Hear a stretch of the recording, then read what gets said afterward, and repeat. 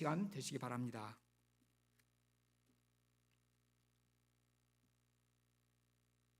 제가 우리 목사님, 사모님 소개해드리기 원하는데 우리 유영근 목사님, 유혜경 사모님 잠깐 일어나시면 우리 다시 한번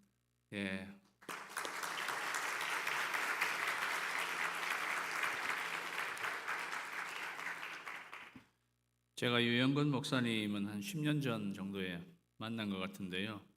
우리 목사님은 달라스 지역에서 지금 목회하고 계십니다. 달라스도 바이블 벨트 에리아라서 침례교, 한인 침례교회가 많습니다. 많으니까 북부, 중부 이렇게 나누어 가지고 북부 지방에만 교회가 60개 정도 된다고 합니다. 거기에 지금 회장으로 섬기고 계시고요. 여기 노스캐롤라이나는 30개인데, 그리고 또 우리 한인 총회 국내 선교부, 저희가 오늘 국내 선교 주일로 지키는데 저도 국내 선교부 이사로 제가 있는데 우리 목사님도 같이 이사로 이렇게 섬기고 계십니다. 제가 10여 년 전에 목사님 만나서 목회 힘든 일 같은 거 이렇게 나눈 적이 있었습니다. 그랬더니 우리 목사님이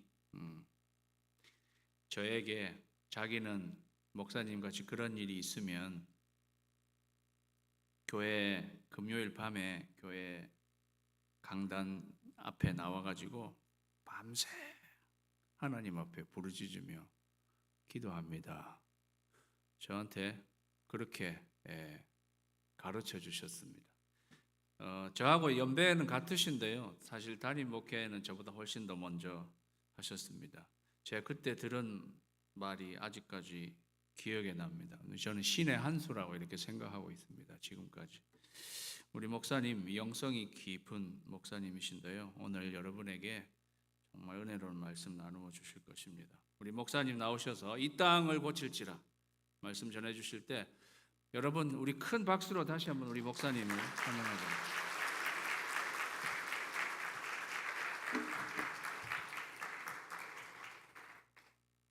반갑습니다. 소문만 듣던 교회에 와보니까 더 좋습니다.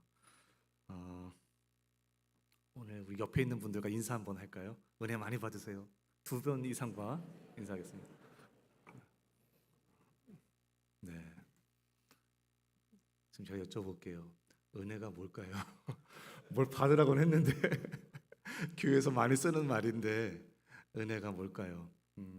예수님은 자기 자신을 하나님을 이렇게 말씀하셨습니다. 나는 말이다. 그렇죠? 우리나라 성경에는 말을 좀 높여서 말씀이다. 이렇게 태초에 말씀이 계시니라 그렇게 했지만 쉽게 얘기하면 말입니다. 말. 이 말이 말씀이 육신과 함께 계셨죠. 그래서 그분이 우리와 함께 계시는 분이 예수님이시죠. 예수님이 말이죠. 그렇다면 사단이 제일 노리는 게 뭘까요? 말이죠. 말이죠. 그러니까 그 말은 뭐냐면 하나님께서 우리에게 말씀을 하실 때 자꾸 왜곡될 수 있다는 말이죠. 사람도 사람과의 관계가 제일 힘들어지는 것은 A라고 말했는데 A 플러스 1이 되거나 A 마이너스 1이 되기 때문에 항상 힘든 거 아닙니까? 그러니까 하나님께서도 우리에게 말을 주실 때 사단이 중간에서 하는 일이 뭐냐면 그 말을 자꾸 변경시키는 겁니다. 충분히 그렇겠죠? 그래서 그 이름이 우리가 알고 있는 마귀라고 얘기하지만 마귀가 성경으로 찾아보시면 영어로 보시면 여러분이 옛날에 많이 하셨던 게임 디아블로입니다. 디아블로라는 게임을 해보셨습니까? 디아블로라는 것은 디아라는 것은 between이라는 뜻이고요. 블로라는 말은 놨다 이 말입니다. 그러니까 하나님과 우리 사이에 뭔가를 탁 놓는 거죠. 그것이 플러스 마이너스가 될 수 있도록 왜곡되도록 만드는 것이 바로 디아블로의 역할입니다. 그래서 하나님의 말씀이 우리에게 그대로 들리지 못하게 하는. 그래서 오늘도 우리도 은혜를 받으세요 그랬는데 은혜가 뭔지 모르겠어요. 솔직히 얘기하면 용서합니다 그랬는데 용서가 솔직히 뭔지 잘 모르겠어요. 주의 영광이 이전에 가득합니다 그랬는데 영광이 뭔지 잘 모르겠어요. 그렇지 않습니까? 그러던 그걸 누가 그렇게 했을까요? 하나님은 분명히 예수님은 분명히 그렇게 쉬운 말로 얘기하셨는데 누가 그렇게 어렵게 만들었을까요? 종교가 신앙이 아니라 종교로 누가 만들어 버렸을까요? 그 안에 디아블로가 있는 거 아니겠습니까? 그러니까 오늘도 사단이 오늘 지금 우리에게 무엇을 할까요? 하나님의 말씀이 우리에게 그대로 오는 통로 속에 이렇게 거하면서 그 말을 왜곡시키게 하는 거죠. 그래서 그걸 잘못 받아들이게 만드는 거죠. 자, 은혜 얘기하다가 여기까지 왔네요. 은혜가 뭘까요? 은혜는 grace라고 많이 얘기하지만 더 쉽게 얘기하면 우리가 my favorite이란 말입니다. my favorite 이렇게 되는 거죠. 저희 교회도 자녀들이 아이들이 꼬마들이 많거든요. 이렇게 인사하다가 솔직히 얘기하면 말씀드리면 10손가락 깨물어서 뭐 안 아픈 손가락 부모님들이 그렇게 얘기하시는데 사실 더 예쁜 손가락 있어요. 그래서 꼬마들이 이렇게 하다가 아이고 예쁘다 좀 머리를 쓰다듬어 주는데요. 솔직히 얘기하면 아이고 예쁘다 이런 애들이 있습니다. 그게 바로 은혜입니다. 하나님께서 오늘 이 자리에서 저 여러분들 이렇게 사랑하시다가 어떤 사람에게서는 아이고 이렇게 하는 것이 은혜거든요.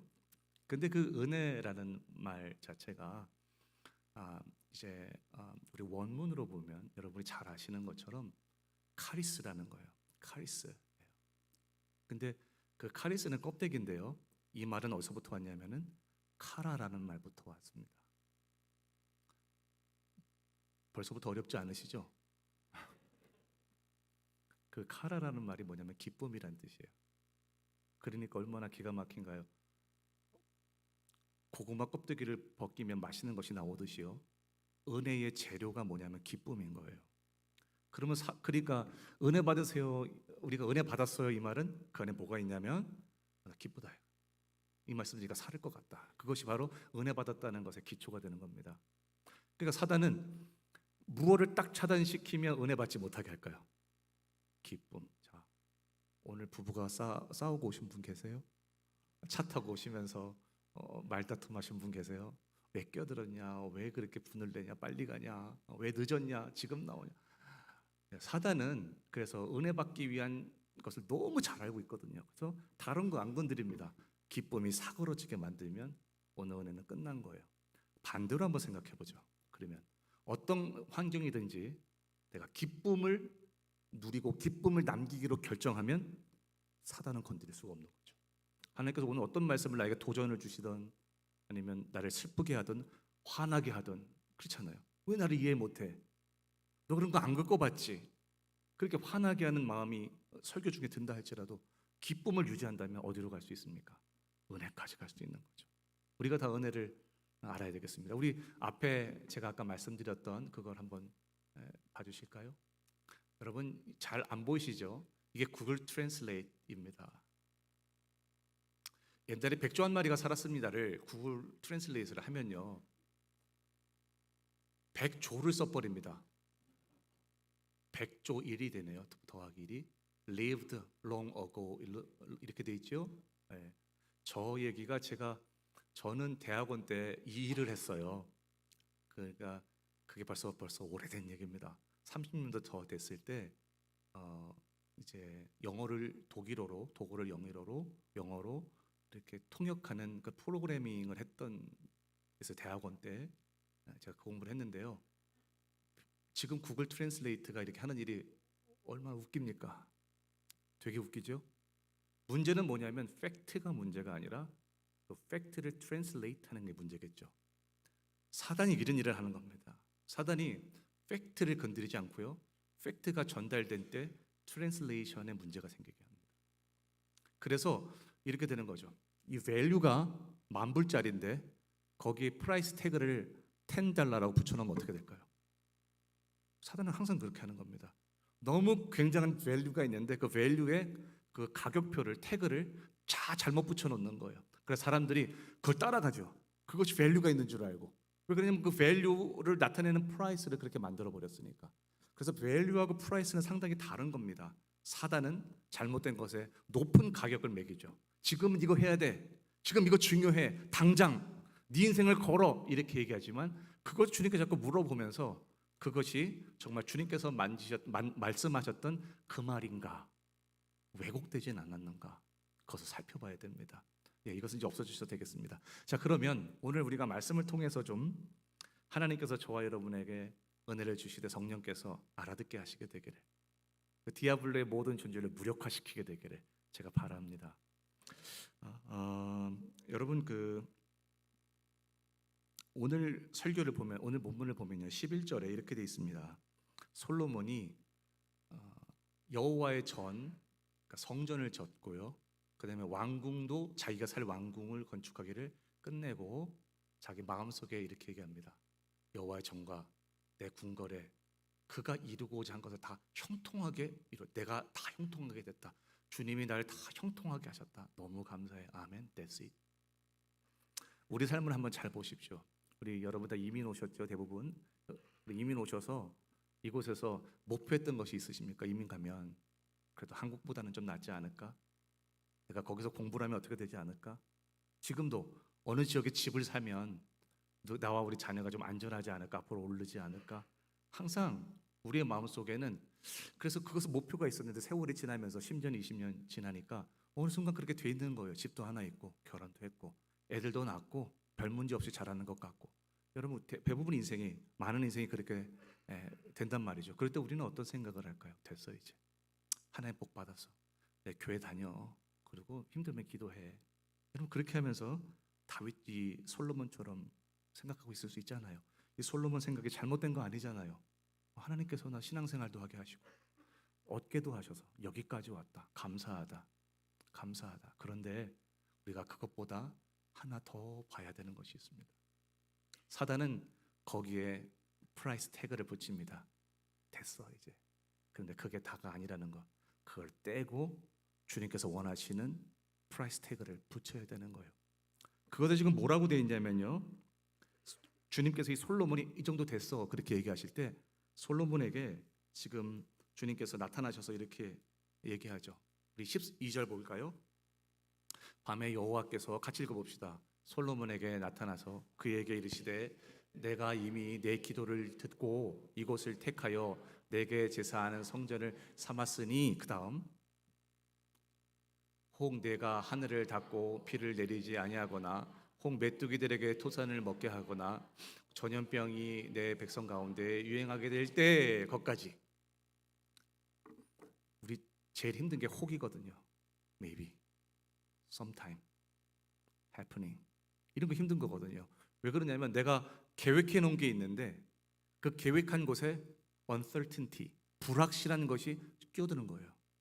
견고한 줄 알았는데 불확실한 게 끼어들어요. 여러분 우리가 코로나의 팬데믹 겪을 줄 누가 알았습니까? 아무도 몰랐습니다. 엄청난 플랜들을 다 짜놨는데 교회마다 작년 기준으로 5개 교회 중에 1개 교회가 없어졌습니다. 엄청나죠? 이건 아무도 생각하지 못했던 겁니다. 여러분 비즈니스도 그렇죠. 자녀들은 어떻습니까? 학교에서 공부하고 아이들과 사회성을 길러야 되는데 이제 그거 할 수 없잖아요. 마스크가 이렇게 쓰고 있잖아요. 이제 홀로 공부하는 시대가 됐잖아요. 이거 누가 생각했었죠? 주님께서 이렇게 얘기하십니다. 우리 인생에는 여러분 이 정도면 됐어. 내일 창고를 하나 더 지을까? 나를 위해서 하나 더 만들까? 이렇게 되지만 주님이 우리에게 항상 얘기합니다. 솔로몬아, 그게 다가 아니거든. 네 인생에는 혹시라는 것이 있고 우리 인생에는 불확실한 것이 불확실성이 늘 있어. 그렇게 얘기합니다. 여러분 우리 인생의 불확실한 것에는 어떤 것이 있을까요? 오늘 본문을 한번 보시면 더 명확해집니다. 우리 14절 한번 보실까요? 불확실성을 한번 보십시오. 다 같이 읽어보겠습니다. 내 이름으로 일컫는 내 백성이 그들의 악한 길에서 떠나 스스로 낮추고 기도하여 내 얼굴을 찾으면 내가 하늘에서 듣고 그들의 죄를 사하고 그들의 땅을 고칠지라. 주님께서 약속이 있는데요. 그럼 우리가 무슨 일을 당한단 말이야? 13절에 이렇게 돼 있어요. 내가 하늘을 닫을 때가 있어. 비를 안 내릴 때가 있어. 메뚜기가 너의 토산을 다 먹을 때가 있어. 전염병이 너희 가운데 유행할 때가 있어. 성경 말씀이 2000년, 4000년 전에 지어져서 그냥 옛날 얘기, 할아버지 하는 얘기처럼 들으면 안 됩니다. 내 인생을 가르쳐 하신 말씀이 성경책에 있거든요. 성경책이 우리 인생과 이렇게 오버랩되면서 이것이 과연 오늘날의 미닝이 뭔지를 자꾸 발견해야 됩니다. 그렇다면 여러분 하늘을 닫고 비를 내리지 않는다는 것은 오늘 우리가 어떻게 해석하면 됩니까? 오늘 비가 안 오는 정도일까요? 조금 깊이 봅시다. 하늘을 닫고 비를 내리지 않는다 이 말은 이스라엘에서는 이른 비가 11월쯤 내립니다. 그리고 늦은 비가 봄에 내립니다. 3, 4월에 내립니다. 근데 그 비가 1년 내리는 모든 비의 거의 대부분입니다. 다른 때는 비가 안 옵니다. 그런데 그때 비가 오기 때문에 살 수 있는 겁니다. 이른 비와 늦은 비가 있어야지만 이스라엘 백성은 땅에다가 씨를 뿌려서 곡식을 거둡니다. 그런데 그때가 됐는데 이른 비가 내릴 11월이 됐는데 비가 안 오는 거예요. 늦은 비가 내릴 3, 4월이 됐는데 비가 안 와요. 그럼 어떻게 될까요? 농사 망치죠. 그럼 비가 오지 않는다는 말은 뭐냐면 당연히 있어야 되는 그때쯤이면 그 시즌이면 반드시 그것이 있어야 되는데 그것이 생기지 않는 거예요. 그것이 바로 비가 내리지 않는 겁니다. 여러분 우리 인생에 그런 거 있지 않습니까? 제가 일부 예배 때도 잠깐 말씀드렸는데 우리가 미들스쿨 다니면 그 다음은 뭐죠? 하이스쿨 가는 거예요. 당연하죠. 당연하던가요?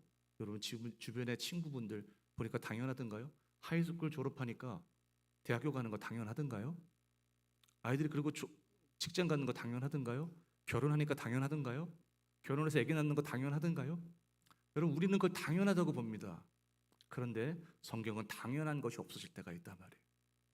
우리가 저희 교회 자녀들 중에서도 하이스쿨 다니는데 어느 날 사춘기가 오면서 방에서 안 나와요. 전혀 안 나와요. 밥도 안 먹으러 나와요.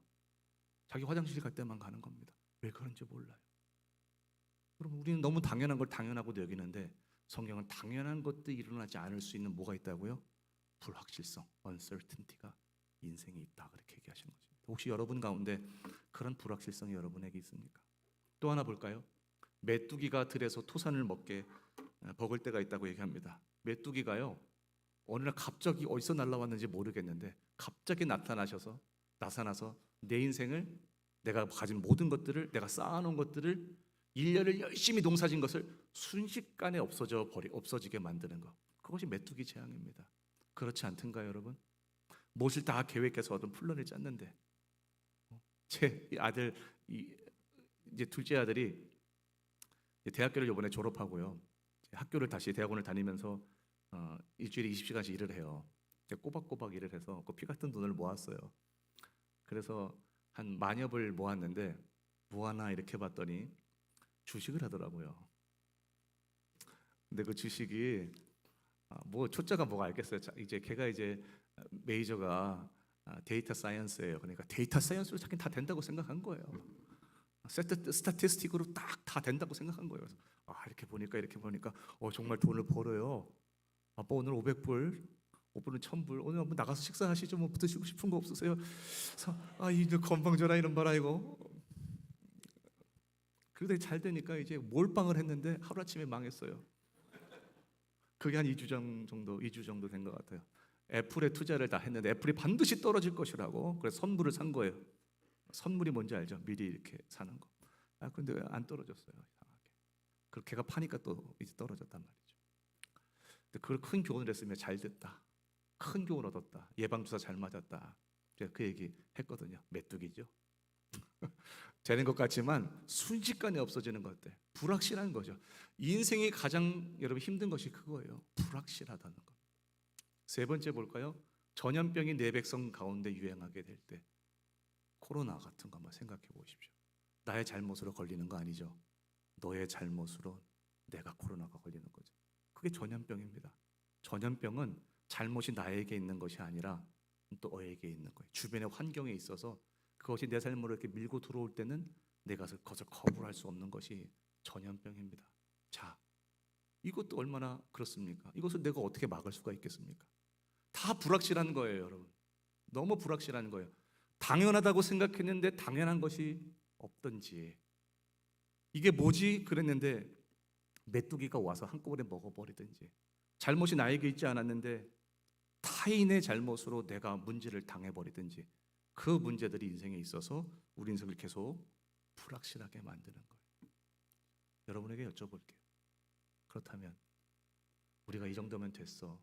나 집 하나 생겼고 결혼도 했고 애들은 대학 갔어. 그렇습니까, 여러분? 우리 교회 성도는 아닌데 어떤 분이 기도 요청을 해오셔서 제가 기도를 해드린 적이 있습니다. 근데 그 문제가 벗어났으니까 제가 말씀드릴게요. 그 문제 중에 있다면 또 함부로 얘기할 수도 있는 게 아닙니다. 그 자녀를 잘 키웠습니다. 2세입니다. 그리고 이곳에서 대학원까지 잘 마치고 잡을 얻을 때가 됐는데 미국에서 잡을 얻지 않고 프랑스로 갔습니다. 거기서 잡을 얻고 잘 살이라고 생각하잖아요. 당연한 거잖아요. 그죠? 무슨 거기에 무슨 뭐가 있겠어요? 무슨 불확실성이 있겠냐고. 젊죠. 대학원까지 나왔죠. 돈 잘 벌죠. 무슨 걱정할 게 뭐가 있냐고요. 그래서 방을 얻어서 사는데 오케이. 나중에 보니까 클래스메이트가 동성연애자. 이 아이도 거기에 이제 빠진 거죠. 그럼 네가 어떻게 건져내시겠어요? 때리면 될까요? 뭐 부적같이 뭐 갖다 놓으면 될까요? 그거? 어떻게 하면 될까요, 여러분? 여러분 같으면 어떻게 하시겠습니까? 이 uncertainty가 갑자기 인생에 닥쳤는데 어떻게 할지 모르겠을 때 어떻게 하면 될까요, 여러분? 이런 것이 우리 인생에 있다니까요. 근데 이 아이가 한 달 전에 가서 벗어났어요. 기가 막히죠? 우리가 한절히 기도했거든요. 그 아이가 집에 와서 하는 말이 그렇습니다. 누군가가 자기의 가슴을 움켜쥐고 더 이상 진행하지 못하도록 자기를 잡았다 그랬다. 그리고 그 방에 있던 아이는 그 방을 떠났어요. 하나님이 하시는 일이 이런 일인데요. 우리 인생 속에 여러분 확실한 건 아무것도 없습니다. 무엇인가를 이루어서 괜찮겠지, 이것이 나의 삶에 더 나아갈 수 있는 파운데이션이 되겠지 생각할지 모르겠지만 그것이 파운데이션이 될지 재난의 씨앗이 될지 그거는 모르는 겁니다. 그래서 우리에게 정말 필요한 것은 뭘까요, 여러분? 이 불확실성에서 예방하는 것이 필요합니다. 자, 말씀은 세 가지 역할이 있잖아요. 여러분 잘 아시죠? 말씀을 잘 듣고 나면 예방약이 되기도 합니다. 말씀을 잘 또 듣고 나면 우리가 병에 걸렸을 때 치료약이 되기도 합니다. 예방도 안 되고 치료도 안 되면 뭐가 될까요? 보약. 말씀을 잘 들어두면 때가 되면 우리 마음에, 몸에, 인생에, 우리 영원한 생명 속에 주께서 거하신 그 생명력이 되는 거예요. 그래서 말씀이 그런 역할을 하잖아요. 그래서 여러분 오늘 말씀 속에서 주님께서 우리에게 말씀하시는 그것을 잠깐 살펴보게 되기를 원해요. 자, 그렇다면 우리가 이거 세 가지 문제가 있다면, 우리 인생의 불확실성에 의해서 우리 인생이 넘어지고 있다면, 해결할 수 없다면, 당황스럽다면 어떻게 되느냐? 주님은 문제를 주시면 항상 대답을 주시지 않습니까? 우리에게 문제를 내시고 항상 대답을 갖고 계신 분이에요. 우리에게 힘든 문제를 내신다면 대답을 항상 갖고 계세요. 오늘도 성경은 우리에게 두 가지 프리스크립션을 주고 계십니다. 처방을 주셔요. 첫 번째가 뭐냐면 아까 본 전에 우리가 14절을 보십시오.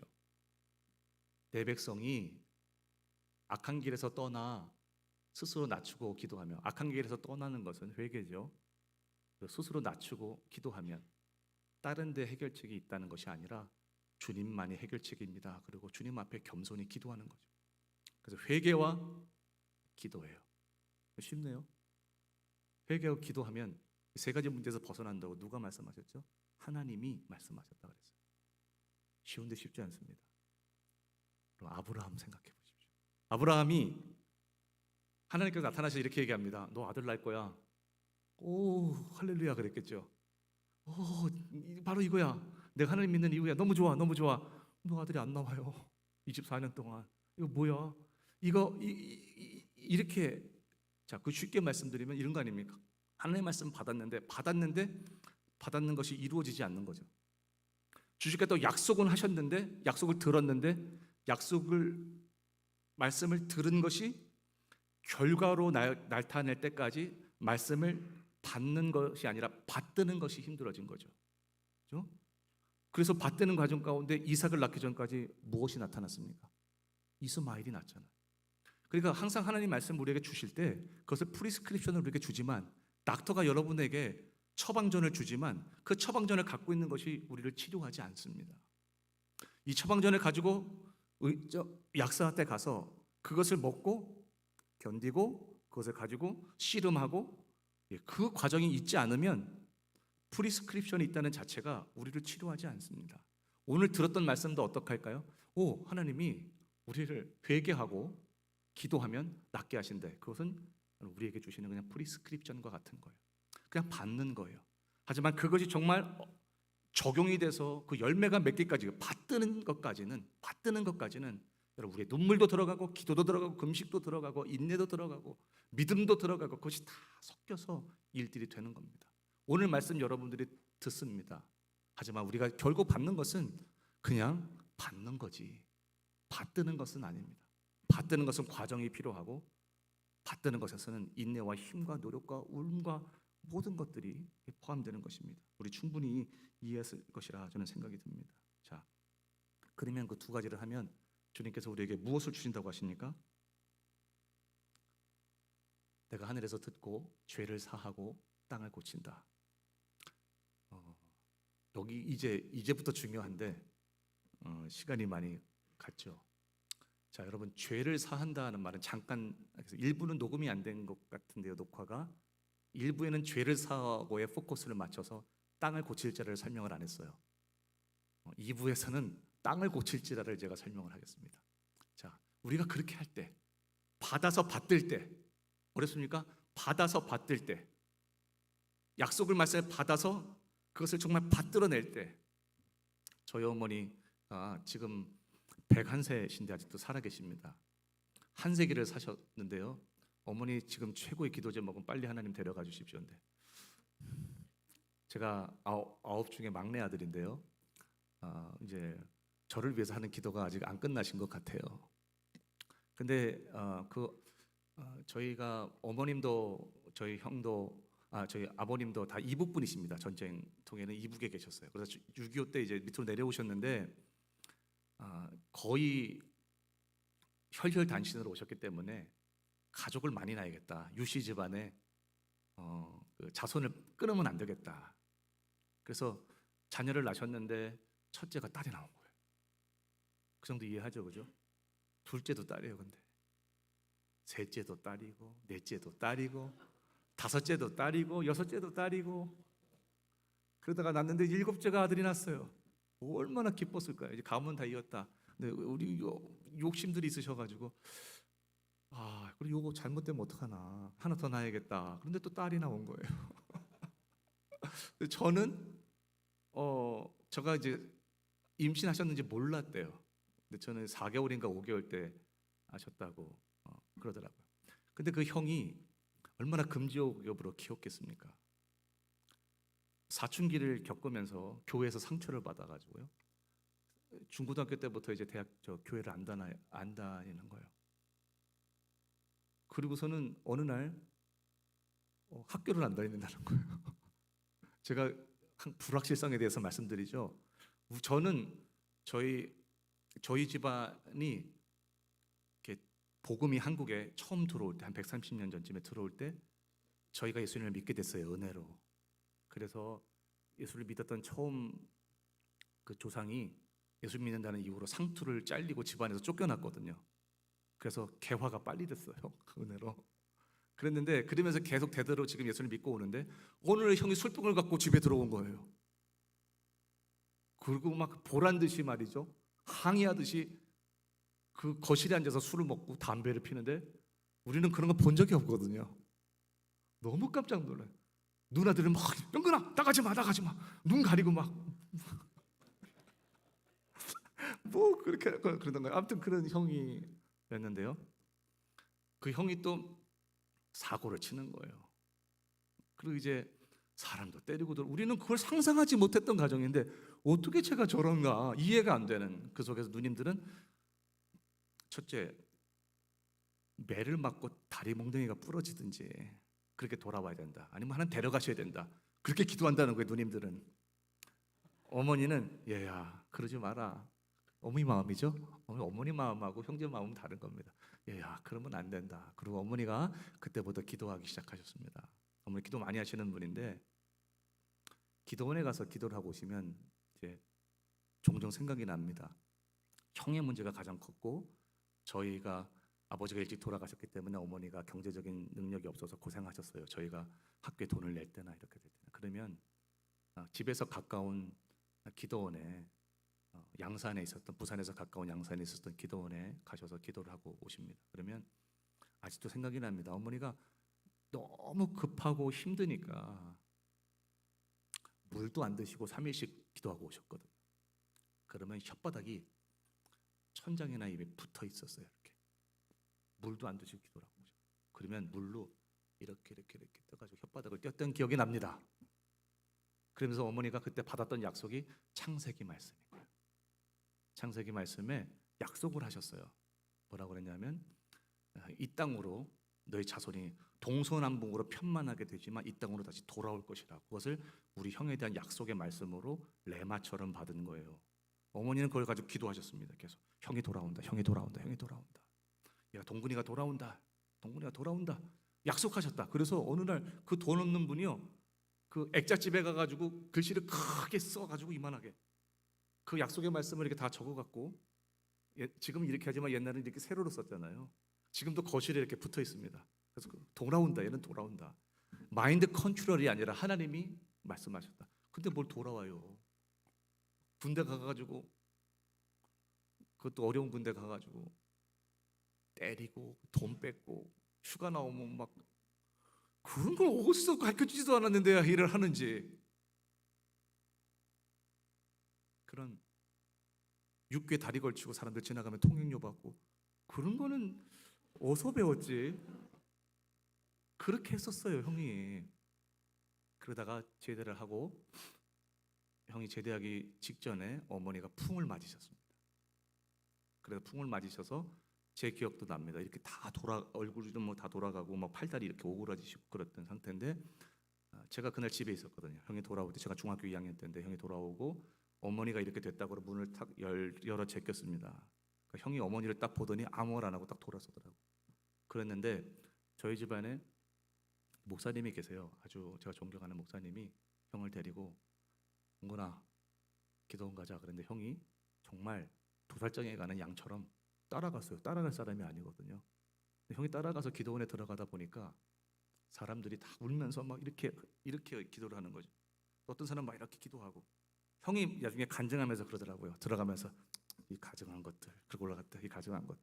이건 저희 집이 장로님 때문에 망했거든요. 아버님이 위암으로 이제 수술을 앞두고 계신데 73년도입니다. 72년도 3년도에 같이 사업을 하시던 장로님이 아버지 아프신 틈을 타서 서류 조작해서 돈을 다 가지고 간 거예요. 그래서 형의 마음속에는 장로가 저 정도 수준이면 나는 예수 안 믿는다. 그리고 안 믿기 시작한 거예요, 솔직히 얘기하면. 그러니까 이렇게 기도하고 있으니 얼마나 가정스럽게 보였겠어요. 가정스러운 것들 그런데 형이 정말 3일 만에, 이 3일이 참 대단한 숫자입니다. 3일 만에 형이 완전히 딴 사람이 돼서 돌아왔어요.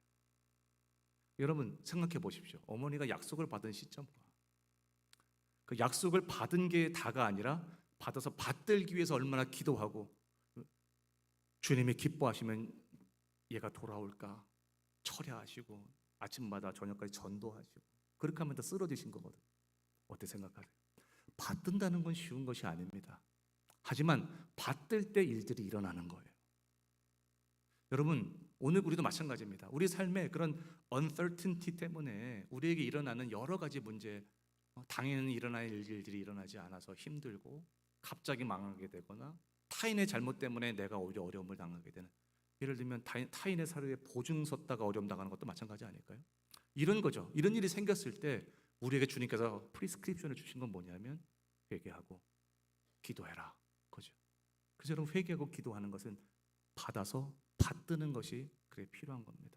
자, 그렇게 될 때 주님께서 뭐라고 약속하셨다고요?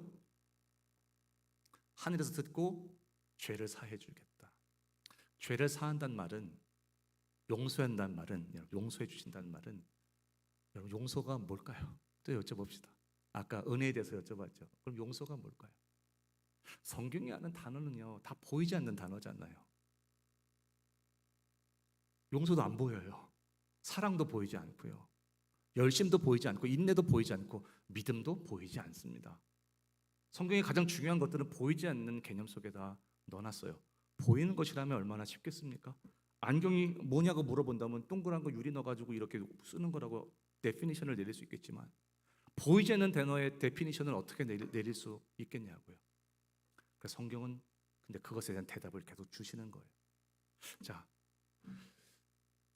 용서한다 이 말은, 쉽게 말씀드리면 용서한다 이 말은 exemption을 준다는 얘기입니다. 용서한다, exemption을 준다는 얘기고요. 우리가 법원에서 사면해 주잖아요.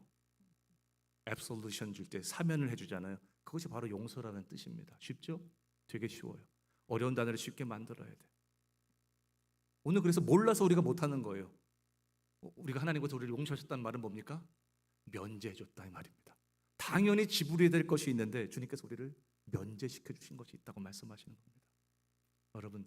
여러분 삶 속에 죄를 지었거나 문제가 생겨서 이거 내 죄의 열매야, 내 실수의 열매야. 자, 남편과 아내 속에도 마찬가지죠. 실수의 열매로 결혼할 수도 있는 것이고 문제가 생길 수 있잖아요. 다 내 잘못이야. 그냥 안고 살아가야 될까요? 여러분, 그것이 우리 업보를 안고 살아가는 것이 크리스찬입니까? 그것은 절에서 하는 얘기입니다. 업보를 안고 살아가는 것이 하나님께서 우리에게 주신 저주가 아니라 주님께서 주신 것은 솔루션입니다. 뭐냐면 너희가 회개하고 기도하면 주님께서 어떻게 하신다고요? 면제, 이그젬션. 이 간증 너무 놀라운데 일부에 들었던 분에게 듣게 되길 바랍니다. 10분 넘어 해야 될 수 있는 우리 안수 집사님이 가정이 미국에서 쫓겨난 사건을 있었는데 주께서 정말 이그젬션을 주셔가지고 이게 해결한 문제입니다. 두 번째 얘기하려고 그래요. 땅을 고칠지라. 땅이 어떻습니까? 여러분, 땅이라는 것은 시스템이잖아요. 죄가, 자, 땅이 고장나면 오염된 땅에서는 아무리 좋은 씨앗을 심어도 죽죠. 우리가 믿음이 있고 아무리 선한 일들이 있어도 그것을 땅이 오염되면 다 죽는 거예요. 시스템이 문제가 되면 죽는 거예요. 여러분에게 어떤 회사에서 주일날 와서 일한다 그러면 안 하면 잘러. 그렇게 하면 누가 안 나갈 수 있습니까? 다 안 나갈 수 없잖아요. 시스템이 그렇게 된 거예요. 구조적인 죄고 시스템적인 죄라 개인의 힘으로서는 그거를 거부할 수가 없어서 그냥 마냥 끌려다니고 있는 거예요. 그것이 시스템적인 죄입니다. 시스템적인 죄가 사회에도 있죠. 오늘날 우리가 살아가는 사회에도 있지요. 어떻게 거부할 수 없는 거예요. 그래서 여러분, 사람들이 지금은 공교육을 많이 포기하고 사교육으로 가잖아요. 공교육에서 퍼블릭 에듀케이션에서 애들을 기를 수가 없는 거예요. 그래서 프라이빗 스쿨로 가잖아요. 왜냐하면 시스템 자체가 시스템 이블인 거예요. 시스템 이블. 충분히 이해가 되시죠? 여러분, 이 속에서 어떻게 한다고? 주님이 내가 고치는 게 아니라 땅을 고쳐주신대요. 시스템을 고쳐주시는데요. 이것이 필요해요, 여러분. 믿음의 사람들이 회개하면서 기도하면 하나님이 개인에게는 면제를 주시지만 시스템에게는 고쳐주시는 역사가 나타나는 거예요. 이 간증을 하고 제 설교를 마치겠습니다. 오래된 얘기 해야 될 것 같은데 한 30년쯤 된 얘기입니다. 제가 지금은 이제 그 레퓨테이션이 많이 낮아졌지만 옛날에는 그래도 해병대 그러면 좀 쳐줬습니다. 30년 전만 해도. 제가 철없을 때 이렇게 베레 못 쓰거나 이렇게 모자도 이렇게 챙을 긴 걸 썼어요. 이렇게 다니려고. 저는 길 비켜 이렇게 이름 바꿔가지고 피바다 이렇게 해가지고 다닐 때가 있었어요. 옛날 얘기예요. 그렇게 안 보이죠? 얼마나 도끼가 많이 빠졌겠습니까? 그런데 아무튼 그때 이제 청년 사역을 했었거든요. 제가 대학원 다닐 때까지. 그러다가 군에 가서 보니까 제가 8개월 반에 좀 특별한 훈련이 있어서 8개월 반의 훈련을 마치고 부대에 배치하니까 회식 자리가 있었습니다. 회식 자리는 피할 수 있는 것이 아닙니다. 일주일에 2번 내지 3번, 미니멈 2번. 돈은 누가 내냐? 우리가 내는 거예요. 소대장들이 4명이 내서 위에 있는 분들 다 섬기고 다 하는 거예요. 집에 돈을 못 갖고 가는 시스템. 그 시스템적인 이불을 얘기하는 거예요. 시스템 이불, 구조적인 악. 그래서 저희가 훈련을 마치고 오니까 지금까지는 다 그렇게 한 거예요. 뭐냐면 여러분 레주메에 보면은 내가 기독교인이다 아니다가 다 나오잖아요. 그 기독교인이다 그러면 이분을 무너뜨리는 그런 방법들이 있었어요. 첫 번째로는 그냥 평범한 술집에 가요. 그래서 훈련 받고 오느라고 힘들었다 그렇게 하고 술을 다 따라주는데 죄송합니다. 제가 예수님 믿기 때문에 제가 술은 먹을 수 없습니다. 그리고 저기 이렇게 하죠. 그럼 이제 협박도 하고 뭐 때린다고 그러고 막 그래도 그래? 오케이. 왜 그냥 이 사람들은 플랜이 있는 거예요. 빅피처가 있는 거예요. 오케이.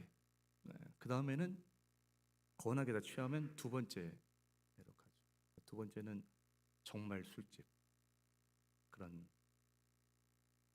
요정 같은 그런 이렇게 그런 남자 하나 여자 하나 이렇게 자리 맞춰주고 술 먹게 만들죠. 그러고 나서는 크리스찬이라고 하는 애들 더 술을 주죠. 더 유혹을 하죠. 이렇게 만들어요. 명령을 해서. 그런 다음에 세 번째는 이 둘이 이제 잠자고 오게 만들면 얘는 대학 졸업할 이제 군대 제대할 때까지 교회 간다는 얘기를 못 하겠죠. 그렇죠? 확실하죠. 그게 저희 해병대 안에 있는 시스템이었어요. 그래서 우리는 그걸 종교라고, 해병대를 종교라고 불렀습니다. 지금 많이 악화됐지만 그 당시엔 그랬어요, 여러분. 그랬는데 제가 끝까지 안 했단 말이죠. 그러면 이제 그 자리는 넘어갔어요 이제. 그리고 그부터 일주일에 2번씩 뭐 회식하고 그러면 저는 세상에서 제일 비싼 술을 마셔봤습니다. 물 한 잔에 막 38만 원짜리 먹어봤으니까. 술이 아니라 술값은 내가 내야 되지만 그렇게 되는 거죠. 그런 상황에서 이렇게 술잔이 저에게 이렇게 돌아오면 안 마시죠. 술잔이 이렇게 팍 엎어놓든지 머리 털어서 이렇게 딱 놓으면 이거 봐라. 그걸 건방지다 그러잖아요. 그럼 뭐 이제 재떨이가 날라오면 이렇게 피하죠. 처음에 맞았지만 이렇게 아이고 또 날라왔구나 이렇게 되는 거죠. 그렇게 되는 그래서 이렇게 눈짓하면 나가서 매 맞고 오고 그런데도 계속 안 먹었단 말이에요. 왜 그러냐면 내가 술을 먹고 안 먹고가 문제가 아니라 이것을 통해서 신앙을 무너뜨리고자 하는 그 시스템이 나는 저항해 보고 싶었어요. 믿음으로. 그래서 군 생활하는 동안에 계속 그 싸움들이 있었어요. 회식 자리만 있다 그러면 그 전부터 금식하며 기도합니다. 하나님한테 기도도 하고 또 위에 상관한테 찾아가서 아유 선배님 아니면 대대장님 제가 술 안 먹는 거 아시지 않습니까? 모든 거 다 잘하는데 술 먹는 것 때문에 좀 양해해 주십시오. 그러면 그때는 또 너무 점잖하게 얘기를 합니다. 아 그렇지. 술 먹고 나면 안 그렇잖아요. 그러다가 제대 말년쯤 됐는데 이제 아내하고 이제 결혼을 했죠. 그 얼마 있다가 그 속에서 제가 계속 그런 일이 일어나니까 위에서 저를 손을 보고 싶으셨나 봐요. 그래서 저희 부대로부터 좀 멀리 저는 포항에 있었는데 백령도에 있던 선배를 보냈어요. 대위를. 저는 중위였고 대위가 찾아오더니 야 너 술 안 먹는다며? 나하고 술 한잔 먹자. 그러더니 저를 데리고 선술집으로 가서 그 네모난 그 구석에다가 테이블을 갖다 놓더니 저는 안쪽에 못 도망가게 만들고 자기는 바깥쪽에서 술을 먹다가 야 병뚜껑에 소주 뚜껑 요만큼이라 좀 먹어봐라. 이렇게 따라가지고 요만큼. 이것도 안 마셨죠. 그러니까 자기가 계속 거절되니까 화가 나죠. 해병대에서 여러분 그런 거는 할 수 있는 일이 아니었어요. 그 당시에는 그거는 거절할 수 있는 그런 문화가 아니었어요. 근데 그곳에서 그분이 갑자기 양옆에 맥주병, 콜라병을 딱 들고 그게 안에 따지 않은 맥주와 콜라병이기 때문에 콜라병 밑바닥 딱딱하죠. 이렇게 하면 이거 깨질 겁니다. 그 정도로 그걸 제 머리를 치기 시작했어요. 18대를 맞았습니다. 그러나서 기억이 잘 안 납니다. 쓰러졌은 거예요. 그리고 나중에 이제 그랬다가 제가 다시 걸어온 것까지는 생각나요. 의무실로 걸어온 것까지는 생각나고 그러고 나서는 제가 다시 기절을 했는데 15일 동안 기절을 했어요. 근데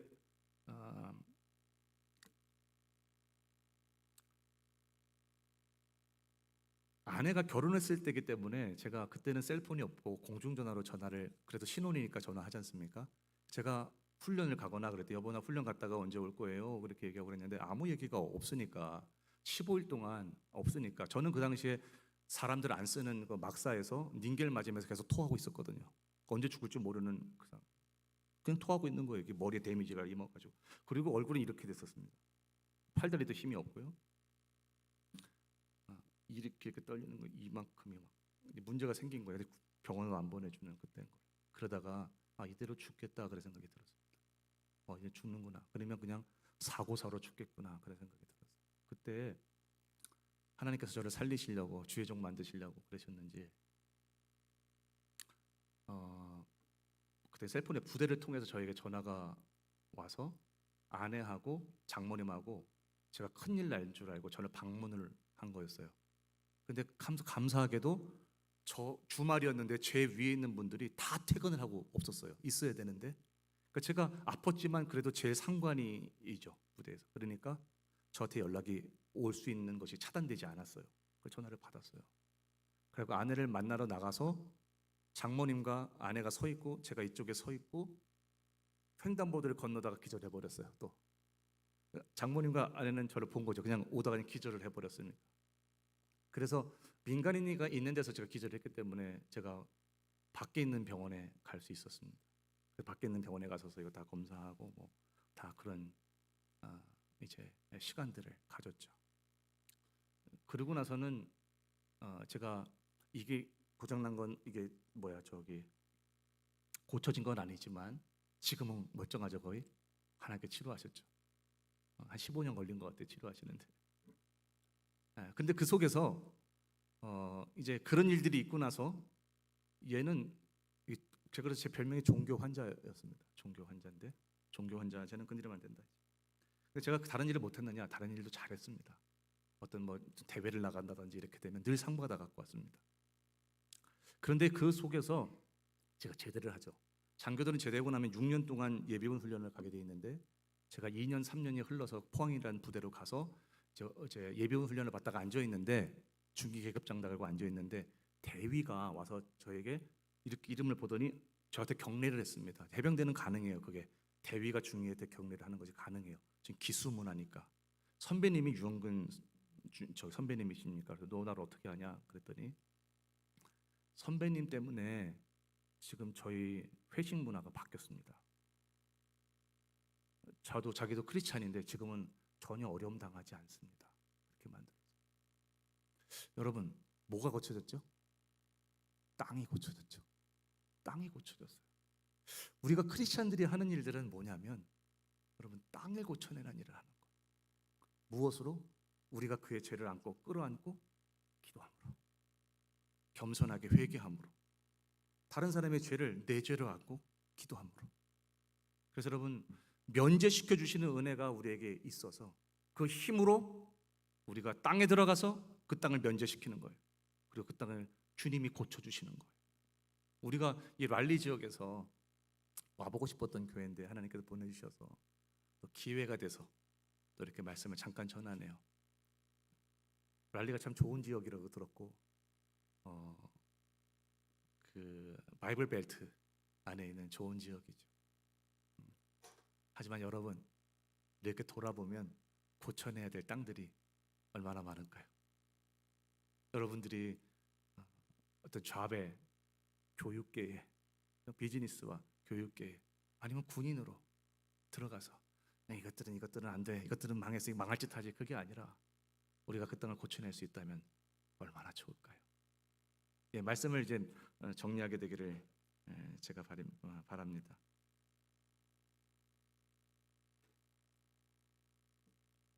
오늘도 사단은 자기 마음대로 가격표를 붙이고 다닙니다. 이거 틀렸어, 이거 맞았어, 이거 좋은 거야, 나쁜 거야. 이 세상의 온통 가치관을 보니까 좋은 거 나쁜 거로만 구분이 되는 것 같아요.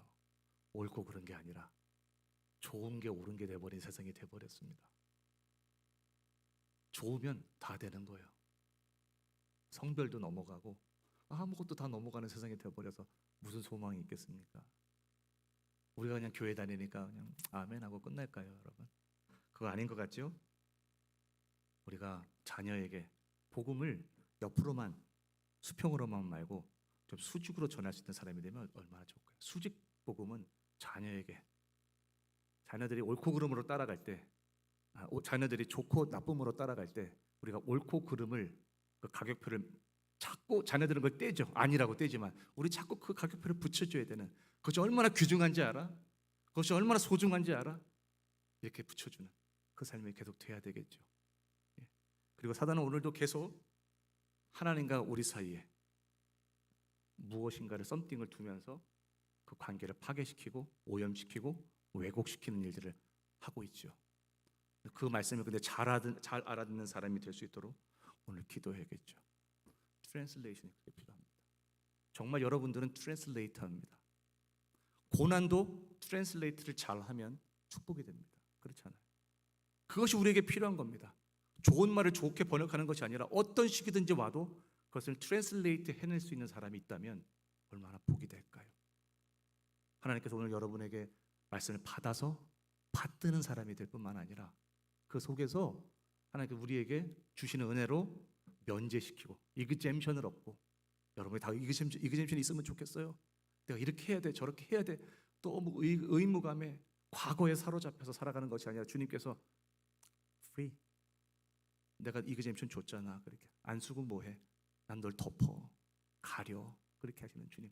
그 주님을 경험하고 우리가 처한 곳에 시스템을 변화시키는 저와 여러분 되길 예수님의 이름으로 축복합니다. 우리 같이 기도할 거예요. 하나님 아버지 감사합니다. 오늘 말씀을 들었지만